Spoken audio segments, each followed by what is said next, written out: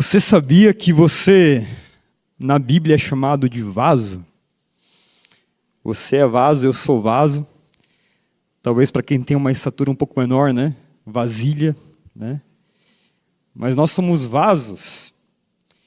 E a Bíblia aponta para o vaso de barro. Aqui na América a gente tem alguns vasos, né?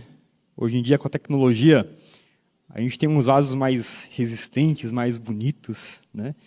Inclusive, você encontra na esquina das flores, caso você queira adquirir um vaso assim também. Recomendo. Mas quando a Bíblia fala de vaso, ela está pensando no vaso de barro, que é algo frágil, que é algo que, se cair no chão, se quebra. E é muito interessante que ela justamente compara a nossa vida com isso, né? E aí, então, semana passada, o William trouxe o texto lá de Jeremias, do profeta que desce até a casa do oleiro. E lá, então, né, o oleiro está formando o vaso, está ali moldando ele, e de repente aquele vaso se estraga em suas mãos. E ele precisa recomeçar de volta a fazer aquele vaso. E aí, quando Deus apresenta para Jeremias essa imagem, ele está mostrando aquilo que ele quer fazer com o seu próprio povo. Esse povo que, né, se estragou em suas mãos, agora precisa de uma reconstrução. E esse texto também quer apontar para a nossa vida. E na nossa vida, muitas vezes, nós também precisamos de um remodelar, de uma reconstrução, de um recomeço. É muito interessante que Deus ele não joga o barro fora, né? Ele não pega aquele barro que se estragou, descarta, não. Ele começa com aquele barro. E ele recomeça quantas vezes for necessário. E assim também é com a nossa vida. Hoje eu quero ir um pouquinho mais adiante, quero trazer esse tema, vasos frágeis, grande tesouro. E agora eu quero olhar para um texto onde o vaso já passou ali pelas mãos do oleiro, já foi para o forno, se tornou um vaso agora realmente, né, que cumpre uma função. Mas é interessante que esse vaso que nós vamos olhar hoje é um vaso que não é um vaso que se torna mais forte porque ele está pronto, ou mais resistente, ou mais impressionante. Esse vaso não é um vaso de aço, não é um vaso de ouro. É um vaso de barro, como eu já falei. E é muito interessante a maneira como Deus faz as coisas. Porque pense só você, né? Pense numa joalheria. Quando lá numa joalheria você tem uma peça que é realmente valiosa, ela não fica exposta de qualquer jeito. Diamantes, né? Pedras banhadas a ouro, são guardadas em cofres, em caixas reforçadas, em embalagens seguras. Ninguém colocaria um diamante caríssimo dentro de um pote de barro, ou então dentro de um copo descartável. Mas o texto de hoje vai mostrar que Deus faz justamente o contrário.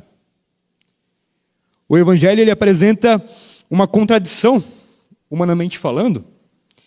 Ele fala que Deus escolhe colocar o seu maior tesouro em um vaso frágil de barro. E ele não espera que esse vaso seja impressionante. Não. Ele decide agir justamente na fragilidade daquele vaso. E entender isso muda a forma como nós lidamos com os nossos limites, com nossas dores, com os nossos dias difíceis. Porque a gente passa a perceber que a fragilidade não nos afasta de Deus necessariamente, mas a nossa fragilidade nos coloca num lugar onde Deus escolhe agir. A nossa fragilidade é o palco perfeito para o agir de Deus. E nesse sentido eu quero te convidar a abrir comigo lá em 2 Coríntios 4. 2 Coríntios 4. E iremos ler hoje os versículos 7 até o 15. 2 Coríntios 4, 7 ao 15.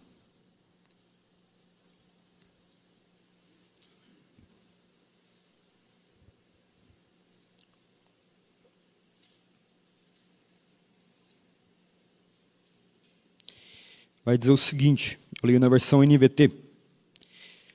Agora nós mesmos somos como vasos frágeis de barro que contém esse grande tesouro. Assim fica evidente que esse grande poder vem de Deus e não de nós. De todos os lados somos pressionados por aflições, mas não esmagados. Ficamos perplexos, mas não desesperados. Somos perseguidos, mas não abandonados. Somos derrubados, mas não destruídos. Pelo sofrimento, nosso corpo continua a participar da morte de Jesus, para que a vida de Jesus também se manifeste em nosso corpo. Sim, vivemos sob constante perigo de morte porque servimos a Jesus, para que a vida de Jesus se manifeste em nosso corpo mortal. Assim enfrentamos a morte, mas isso resulta em vida para vocês. Continuamos a pregar porque temos o mesmo tipo de fé mencionado nas Escrituras. Crie em Deus, por isso falei. Sabemos que Deus que ressuscitou o Senhor Jesus, também nos ressuscitará com Jesus e nos apresentará a Ele junto com vocês. Tudo isso é para o bem de vocês. E à medida que a graça alcançar mais pessoas, haverá muitas ações de graças, e Deus receberá cada vez mais glória. Até aqui o texto de hoje. E como sempre, eu quero olhar um pouquinho para o contexto da carta de Coríntios, para a gente entender a profundidade daquilo que o Paulo fala aqui nessa carta. Corinto, uma cidade, era muito rica, era uma cidade muito influente na época, era profundamente marcada pela valorização da aparência, pela eloquência, pelo status. E essa cidade, ela se impressionava por aquilo que possuía valor. Força, sucesso, reconhecimento eram sinais de aprovação. E aí dentro daquela comunidade que havia lá em Corinto, alguns líderes que o Paulo vai chamar de superapóstolos, eles usavam esse critério de grandeza para avaliar o ministério do Paulo.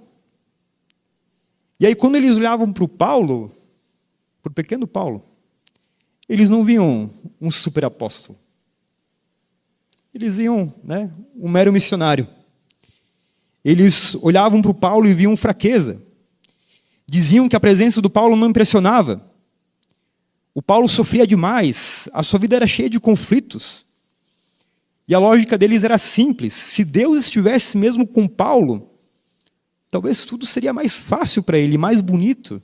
Talvez o Paulo teria mais vitórias aparentes. E aí, então, com isso, eles estavam querendo desqualificar o Paulo, aquilo que ele fazia.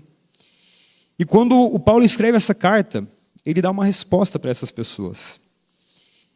E o Paulo ele não se deixa encaixar nesse padrão. Ele não tenta parecer forte. Ele não esconde suas marcas, mas ele assume a realidade que ele vive. E o Paulo diz assim, sim, eu sou fraco, sim, a minha vida é marcada por sofrimento. Sim, eu sou apenas um vaso de barro. Mas o mais impressionante de tudo isso é que é justamente ali que Deus escolhe agir. E é sobre isso que o Paulo fala nesse texto aqui. Se você depois quiser ler na tua casa o capítulo todo, a carta toda, fica à vontade.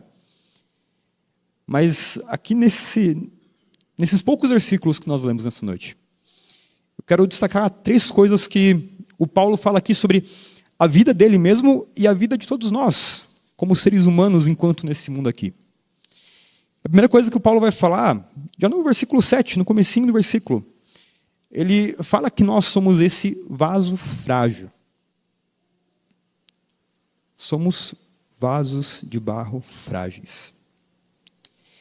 Como eu falei antes, quando Paulo fala isso, ele não está pensando em algo raro, sofisticado, mas ele está falando daqueles recipientes comuns do dia a dia, feitos de barro, que eram usados para aquelas coisas básicas da vida. Carregar água, guardar alimento, recolher aquilo que sobrava. Não eram peças decorativas, não eram objetos de valor. Se um vaso desse rachasse, ninguém ia perder tempo para tentar consertar ele. Era mais fácil substituir, porque era algo frágil, descartável. E Paulo fala que assim é o ser humano. Assim somos nós. É exatamente essa imagem que a Bíblia escolhe para falar sobre nós. E é interessante quando a Bíblia nos compara a outras coisas também, É interessante que a Bíblia sempre vai trazer assim o ser humano nessa posição de fragilidade, né? Por exemplo, quando a Bíblia compara o ser humano a animais, né? Nunca vai falar que o ser humano é semelhante a um touro que tem força, ou a um leão, né? Ou a uma águia, né? A Bíblia nos compara a ovelhas, né? A Bíblia vai falar que nós somos névoa, né? Que aparece de manhã e logo se dissipa. Vai falar que nós somos pó. Então a Bíblia aponta para essa realidade, para a nossa condição. E aqui o Paulo ele faz o mesmo. Não se compara ao ferro, ao bronze, ao ouro, mas a barro, o mesmo barro de Gênesis, do qual Deus forma o ser humano e sopra nele fôlego de vida. E essa imagem, ela não aparece aqui na Bíblia para nos desanimar nesse sentido, mas essa imagem ela é usada para nos colocar no lugar certo. Com isso, a Bíblia mostra que nós somos criaturas, não criadores. Somos dependentes e não autossuficientes. Nós temos, sim, limitações físicas, emocionais, limitações morais. E essas limitações não surgem apenas após a queda lá de Gênesis 3, mas elas fazem parte do que significa ser ser humano diante de Deus. O barro sempre foi barro. Não mudou. Paulo não está diminuindo o ser humano, mas aqui ele ajusta a nossa expectativa. E ele não diz assim, apesar de sermos vaso de barro. Não, ele fala, mesmo sendo vaso de barro,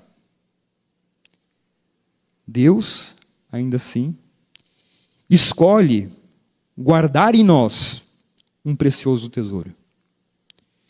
E isso mostra para nós que a fragilidade não atrapalha a ação de Deus, né? A fragilidade é o lugar onde Deus escolhe agir. Por isso, conforme o nosso tema que traz, né, o nosso tema do mês, vaso novo. Ser vaso novo não significa deixar de ser barro. A novidade que Deus traz não elimina o cansaço, as lágrimas, as falhas. A novidade que Deus traz, na verdade, muda o fundamento sobre o qual a gente constrói a nossa vida. Quando nós entendemos que somos vasos, novos sim, mas vasos, nós deixamos de confiar em nós mesmos, passamos a confiar no agir de Deus. O vaso não precisa ser forte para cumprir a sua função. Ele precisa estar nas mãos certas e carregar o tesouro certo. Então, sim, nós somos vasos frágeis de barro. Mas o texto continua. Porém, contemos esse grande tesouro que é o Evangelho. E que grande tesouro que é esse? O Evangelho é aquilo que é capaz de transformar vidas. O Evangelho é aquilo que nos tira da morte, do reino das trevas, e nos leva para o reino do Filho amado de Deus. O Evangelho é aquilo que muda a nossa realidade. E Deus nos faz portadores do seu Evangelho. Então, sim, vasos frágeis de barro, mas que possuem um grande tesouro. O Paulo continua, e uma segunda coisa que ele fala, ele mostra que a gente, né, por mais que possui o precioso tesouro do Evangelho, além de ser frágil, a gente tem uma segunda condição ainda. Nós vivemos sob pressão. Ele vai falar isso nos versículos 8 ao 9, ali naquela parte do texto. Nós somos vasos que vivem sob pressão, estamos sob pressão. Paulo aqui ele não idealiza, não romantiza a vida cristã. Mas ele fala de um vaso que é usado. Não que está lá na prateleira, mas tem um uso. Um vaso que faz parte da rotina da vida. E exatamente por isso, esse vaso ele sofre pressão. E aqui o Paulo ele contrasta. Contrasta, né, o que é a experiência desse vaso. E aqui ele aponta para uma lógica onde existe sim uma realidade difícil, mas também existe um limite colocado por Deus. Ele vai dizer assim, 4 coisas. Em tudo somos atribulados, mas não angustiados. Ou seja, aqui a ideia é de alguém que é pressionado por todos os lados, é colocado num espaço apertado, sem folga, e aí a sensação de sobrecarga, de peso constante. Mas o Paulo afirma, essa pressão não nos leva a um beco sem saída. O vaso ele é apertado, é pressionado, é verdade, mas não é esmagado. Ele vai adiante ainda. Estamos perplexos, mas não desanimados. Ou seja, o que é perplexidade? Né? É você olhar para aquela situação e ficar de boca aberta, né? Sem saber o que fazer. E há momentos em que nós não entendemos o que está acontecendo. Caminhamos sem clareza, sem respostas prontas. Ainda assim, essa confusão não vira desespero. A fé, ela permanece. Mesmo quando o nosso entendimento ele é limitado, mas a fé está ali presente. Ele fala que somos perseguidos, mas não desamparados. E quem melhor do que o Paulo para falar sobre perseguição? Ele conhecia a perseguição real. Tantas vezes ele foi rejeitado, ameaçado, violentado. Ele não minimiza isso, não passa pano para o sofrimento, mas ele afirma algo decisivo. Ele nunca esteve sozinho. Pessoas o abandonaram, né? Estruturas falharam com ele, mas Deus não abandonou o seu vaso. Ele fala que nós somos abatidos, sim, mas não destruídos. E abatido aqui é a imagem de alguém derrubado no chão mesmo, né? Você que de repente tem mais experiência assim no interior, né? Quando você abate um gado, né? Você precisa, é sinal de que você derrubou ele no chão, né? Abateu. Né? E muitas vezes nós estamos abatidos, derrubados no chão, a queda é real, o impacto é real. Mas o que não acontece é a destruição. O vaso cai, mas não se desfaz. E em todos esses contrastes, Paulo ele ensina a mesma verdade. Ele fala assim, a pressão é real, mas ela não tem a palavra final. A dor é real, mas não é, o nosso último endereço. E Paulo, ele não fala aqui sobre a força humana, nem a capacidade de resistir. Mas aqui ele fala que é possível enfrentar tudo isso, e é possível permanecer, porque quem nos sustenta é o Senhor. Então Paulo aqui fala que ele não suporta porque ele é forte, mas porque o poder de Deus é aquilo que sustenta a vida dele. Deus, ele coloca um limite ao sofrimento. Mas muitas vezes a gente sofre, né? E muitos ainda hoje pensam que a fé elimina o sofrimento. E o texto aqui vem e ensina para a gente outra coisa. A fé não remove a pressão. O sofrimento é real, né? Mas a fé impede que o vaso seja destruído. E talvez você chegue aqui nessa noite exatamente assim, né? Pressionado por todos os lados, como esse vaso, abatido por situações que fogem do teu controle. O texto não nega essa realidade, mas ele afirma algo muito importante: o vaso não é destruído. Um vaso vazio, ele se parte facilmente sob pressão. Mas um vaso cheio tem mais capacidade de resistir. O que sustenta o vaso não é a espessura, da parede que ele possui. O que é capaz de sustentar o vaso é o que está dentro dele. E por isso o que nos mantém de pé não é a nossa força emocional, não é a nossa maturidade espiritual, nem nossa capacidade de aguentar, é o tesouro dentro de nós. É a presença de Deus que preserva o vaso. Por isso a pergunta que a gente precisa fazer, e que eu preciso me fazer também, não é quão forte eu sou, mas do que o vaso da minha vida está cheio. Não é pela nossa força, não é pela nossa grandeza, pela nossa capacidade, mas debaixo de quem a gente tem colocado a nossa vida. Por isso, um vaso sim que sofre pressão, um vaso que é frágil. Mas uma terceira coisa que Paulo coloca aqui, esse vaso ele tem um propósito. Para que a excelência do poder seja de Deus e não de nós. É isso que o texto diz. Paulo deixa muito claro que Deus escolhe de propósito vasos frágeis. Não por falta de opção, ou talvez pode ser por falta de opção, porque todo mundo é vaso. É isso que Deus tem para trabalhar, Mas Deus escolhe de propósito. É uma decisão intencional de Deus. Deus age assim para mostrar que o poder tem origem nele. Quando algo acontece apesar da fragilidade do vaso, fica evidente que o resultado não vem do ser humano, mas de Deus. Porque se fôssemos fortes o tempo todo, impecáveis, se fôssemos autossuficientes, facilmente a glória seria atribuída a nós. E muitas vezes a gente tem essa tendência, né, de querer a glória para nós e de mostrar, olha como eu sou bom, olha como eu consigo, olha como eu sou, né, como eu domino o assunto. Se dependesse de nós, as pessoas diriam, isso aconteceu porque ele é capaz, porque ela é equilibrada, porque ele é forte. Mas quando o vaso é frágil, o crédito não pode ir para o vaso. Ele precisa ir para Deus.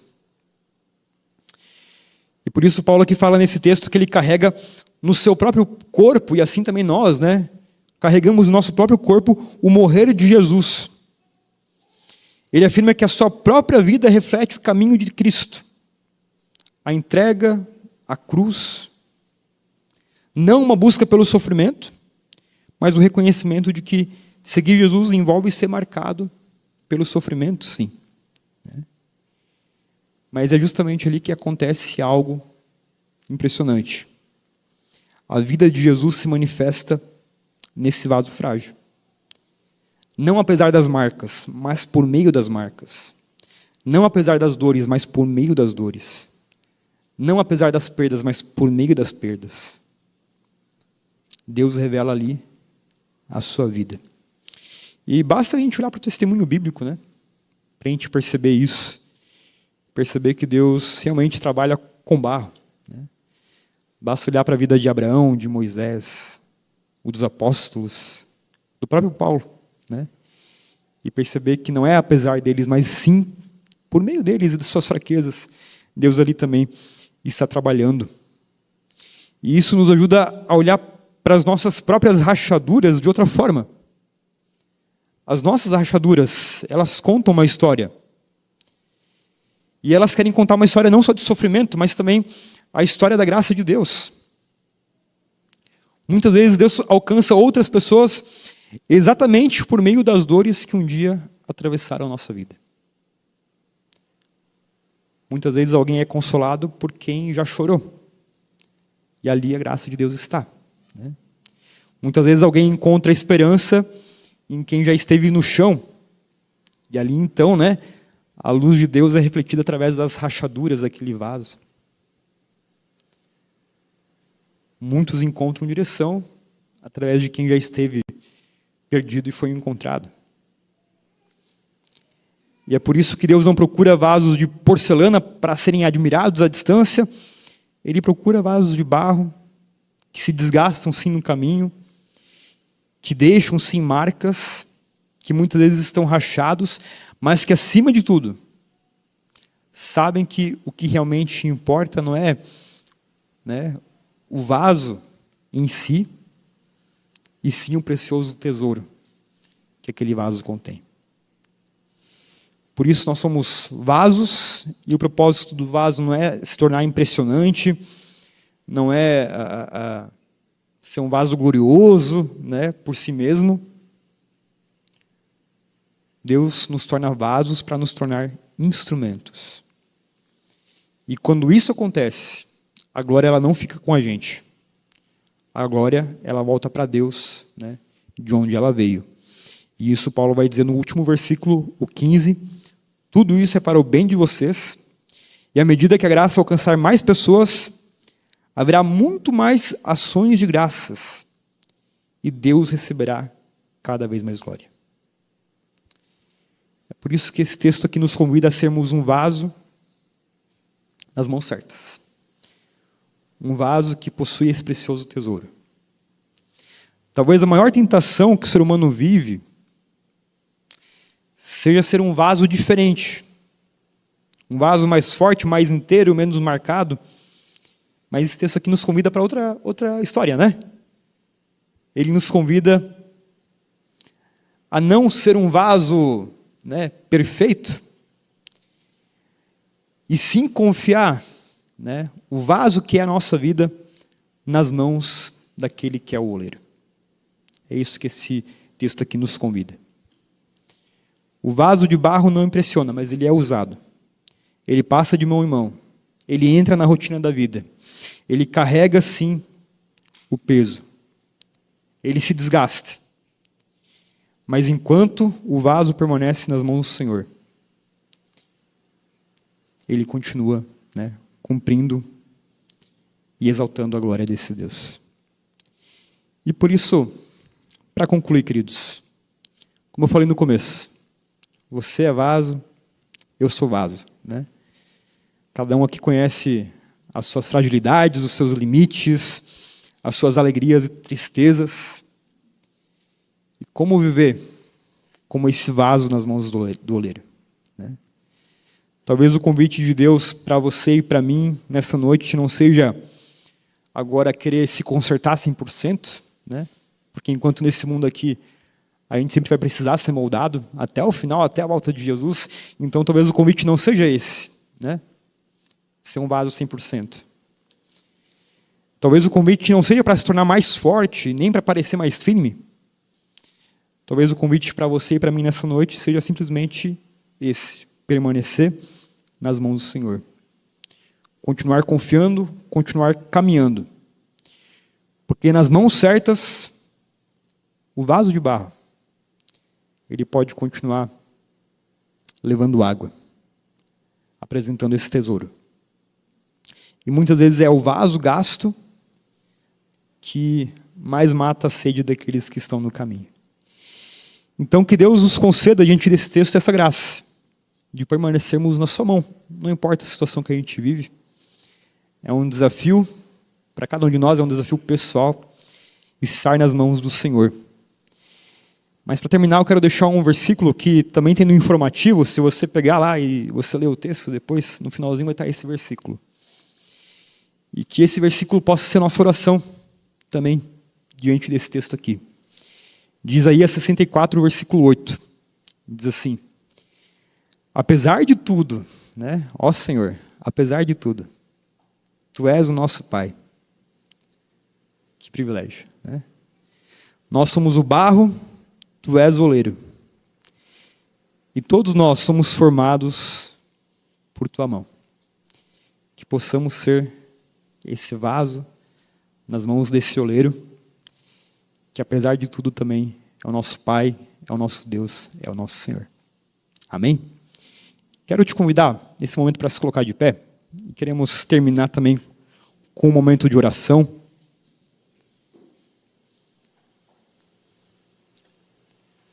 Vamos orar ao Senhor. Senhor Deus, Pai amado, obrigado que a Tua palavra ela vem a nós sem rodeios e ela mostra quem de fato nós somos. E ela fala que nós somos barro, somos vasos frágeis. E quando a gente vai caminhando, Senhor, neste mundo aqui, e quando a gente vai enfrentando situações tão difíceis às vezes, a gente vai percebendo isso. O quão frágil, o quão dependente, o quão necessitado nós somos. Mas obrigado, Senhor, que Tu não nos escanteia. Obrigado que Tu não nos abandona. Mas Tu nos pega em Tuas mãos e Tu nos usa assim como nós mesmos somos, Senhor. Como esses vasos frágeis de barro. E obrigado que, apesar de sermos assim, Tu escolhe abrigar dentro de nós o precioso tesouro do Teu Evangelho, do Teu amor. Senhor, que a gente possa caminhar a cada dia a partir dessa perspectiva de que sem Ti nada podemos fazer, que a gente possa caminhar tendo essa consciência de que nós sim somos barro, e por isso o poder e a força que partem de nós não vem de nós. Que a gente possa ter essa consciência. Mas esse poder e essa força vem de Ti, Senhor, que habita dentro de nós. Que assim Tu possa nos ajudar a caminhar em confiança, adiante, mesmo pressionados, mesmo perseguidos, mesmo em meio a aflições, mas obrigado que Tu não nos deixa sermos destruídos, mas Tu és aquele que sustenta a nossa vida. Tu és, Senhor, como nós ouvimos também, o nosso bom pastor, aquele que dá a vida pelas ovelhas. E que Tu nos ajuda, Senhor, a descansar na Tua graça, no Teu amor. E a saber que não depende de mim, de ninguém aqui, mas depende do Teu poder, da Tua glória e do Teu agir. Assim também, Senhor, colocamos a nossa comunidade em Tuas mãos. Obrigado que também os trabalhos podem ser retomados ao longo do mês. Obrigado que Tu nos reúne aqui como povo Teu. E, Senhor, que essa comunhão possa permanecer e possa se estender para a eternidade. Que a gente consiga reconhecer sempre de novo o privilégio que é estar entre irmãos.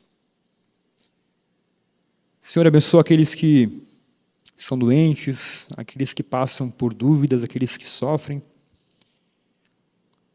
Colocamos também diante de Ti, Senhor, talvez não somos nós que estamos passando por aflição ou por alguma doença, mas aqueles queridos que nesse momento vêm à nossa mente. Cuida, Senhor, dessas pessoas também. Cuida, Senhor, das nossas crianças, das novas mamães, daquelas que estão ainda gestando. E, Senhor, que Tu possa nos conduzir e nos guiar a cada dia com o Teu amor. Assim a gente ora e coloca tudo em Tua presença. Em nome de Jesus, nosso Senhor e Salvador. Amém.